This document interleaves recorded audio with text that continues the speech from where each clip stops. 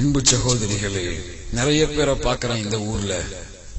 நிறைய பேர்கிட்ட ஹிஜாப் இல்ல, நிறைய பெண்கள்கிட்ட ஹிஜாப் இல்ல.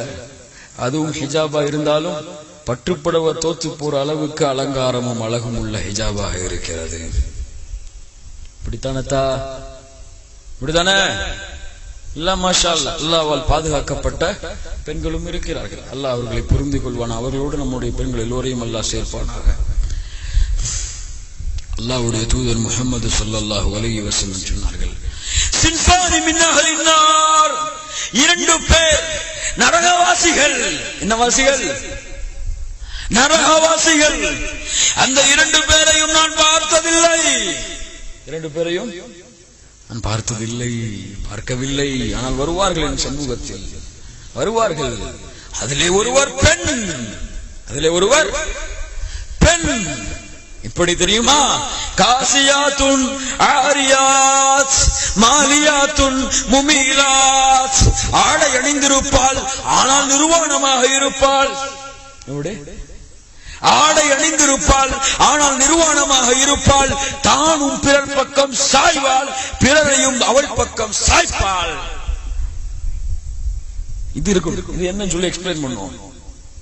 இந்த பெண்கள், இவர்கள் சொர்க்கத்திலே நுழைய முடியாது. ஏன்?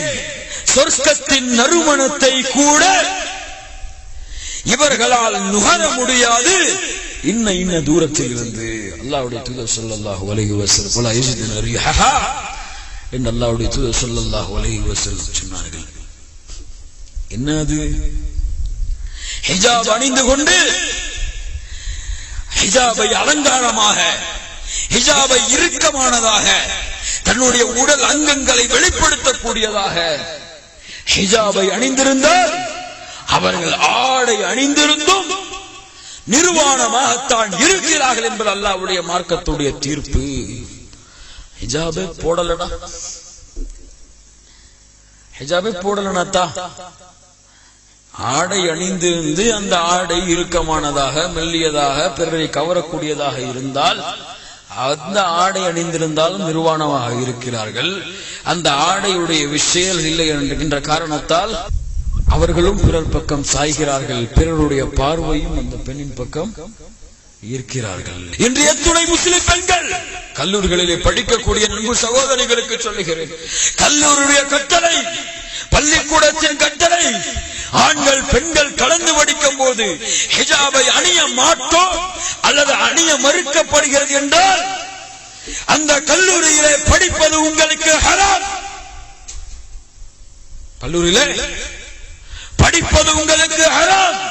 உங்களுடைய ஆடையை விட்டு உங்களுடைய பார்வையை பிறர் பக்கம் செலுத்தி பிறரின் பார்வையை உங்கள் பக்கம் ஈர்த்து அப்படி ஒன்று படிப்பை அல்லாஹ்வுடைய தீன் அனுமதிக்காது.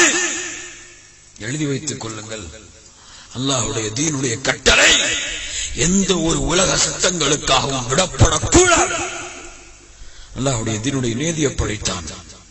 ஹிஜாப் ஒரு பெண்ணுக்கு அல்லாஹ் கொடுத்த அழகு, ஹிஜாப் ஒரு பெண்ணுக்கு அல்லாஹ் கொடுத்த வீரம், ஹிஜாப் ஒரு பெண்ணுக்கு அல்லாஹ் கொடுத்த கண்ணியம். இன்னைக்கு இது அலங்கார பொருளாக, அழகூட்டப்படக்கூடிய பொருளாக ஆக்கப்பட்டுக் கொண்டிருக்கிறது. அல்லாஹ் பாதுகாப்பானாக. அன்பு சகோதரர்களை, இந்த விஷயத்தில் உங்களை அதிகமாக பேணிக் கொள்ளுங்கள், அதிகமாக உங்களை நீங்கள் கவனத்தில் ஏற்படுத்திக் கொள்ளுங்கள். நாளை மறுமையில் அல்லாஹ்விற்கு முன்னால் சொர்க்கத்தை இழந்து நரகத்தை செலுத்துவதற்கு இது ஒரு மிகப்பெரிய காரணமாகிவிடும். அல்லாஹ்வுடைய தூதர் சொன்னார்கள்,